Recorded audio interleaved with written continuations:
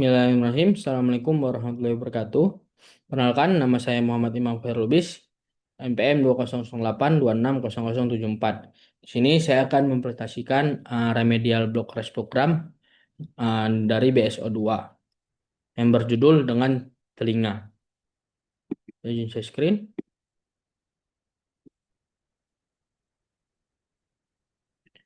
Baik, ya ini judul pertamanya ada telinga. Pertama, baik saya akan em, misalkan dimulai dari anatomi. Di pada anatomi telinga ini dia terbagi menjadi tiga. Nah, telinga ini terbagi menjadi tiga bagian. Yang pertama ada telinga luar, kedua ada telinga tengah, dan ada telinga dalam. Pertama saya akan bahas dari telinga luar terlebih dahulu. Nah, di telinga luar ini dia ada namanya pina atau daun telinga. Nah, dia itu berfungsi untuk mengumpulkan gelombang suara. Kemudian dari pina ini dia akan lanjut terus ke meatus auditorius externus atau saluran telinga. Dia berfungsi untuk meneruskan suara ke gendang telinga dan memproduksi sedimen atau serumen atau kotoran telinga untuk perlindungan. Nah, lanjut lagi ke dalamnya lagi, dari luar telinga ini ada membran timpani atau gendang telinga, yaitu pembatas dari telinga luar dan tengah yang bergetar saat terdengar suara. Ini ada telinga tengah. Nah, di telinga tengah ini pertama dia ada osikula atau tulang pendengaran. Nah, tulang pendengaran ini dia terdiri dari tiga. Yang pertama ada malleus yaitu martil, kemudian ada incus yaitu landasan, dan ada stapes ada yaitu sanggurdi. Nah, dia itu berfungsi untuk mengamplifikasikan getaran. Nah, setelah dari itu dia akan masuk ke tuba eustachius. Nah, berfungsi dia itu untuk saluran yang menghubungkan telinga tengah ke tenggorokan dan berfungsi menyeimbangkan tekanan udara. Lanjut ke telinga dalam. Dari telinga dalam ini, yang pertama dia ada koklea. Nah, koklea ini adalah rumah siput. Nah, dari organ utamanya ini, dia itu adalah organ utama pendengaran yang berisi cairan dan sel rambut saraf. Kemudian ada sistem vestibular, yaitu terdiri dari kanalis semicircularis untuk mengatur keseimbangan tubuh. Lanjut, ya ada fisiologi. Nah, sama fisiologi juga terbagi menjadi tiga bagian. Pertama ada telinga luar, telinga tengah, dan telinga dalam. Pertama saya akan masuk ke telinga luar terlebih dahulu. Nah, dari telinga luar ini dia mempunyai bagian-bagiannya itu yang pertama ada daun telinga dan saluran telinga atau meatus auditor.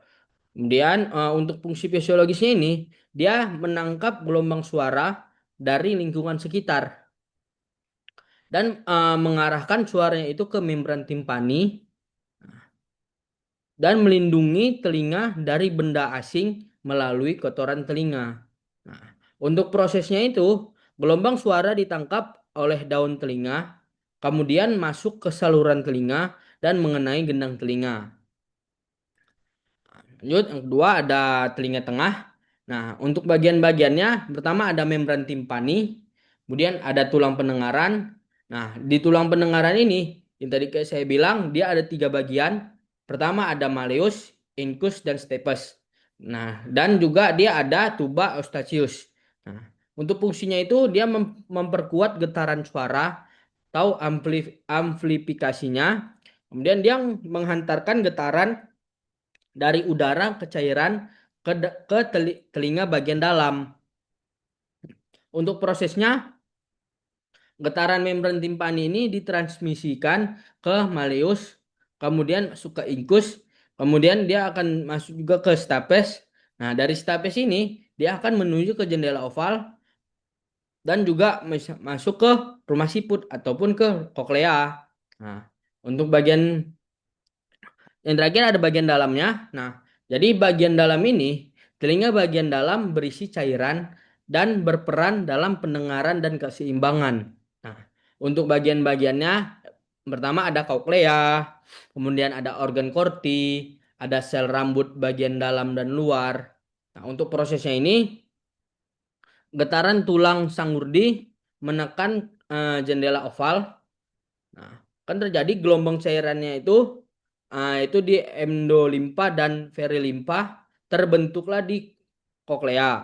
Nah, membran basiliar bergetar sesuai dengan frekuensi suaranya, dan sel-sel rambut itu bengkok kan menuju ke influx listriknya akan terbentuk.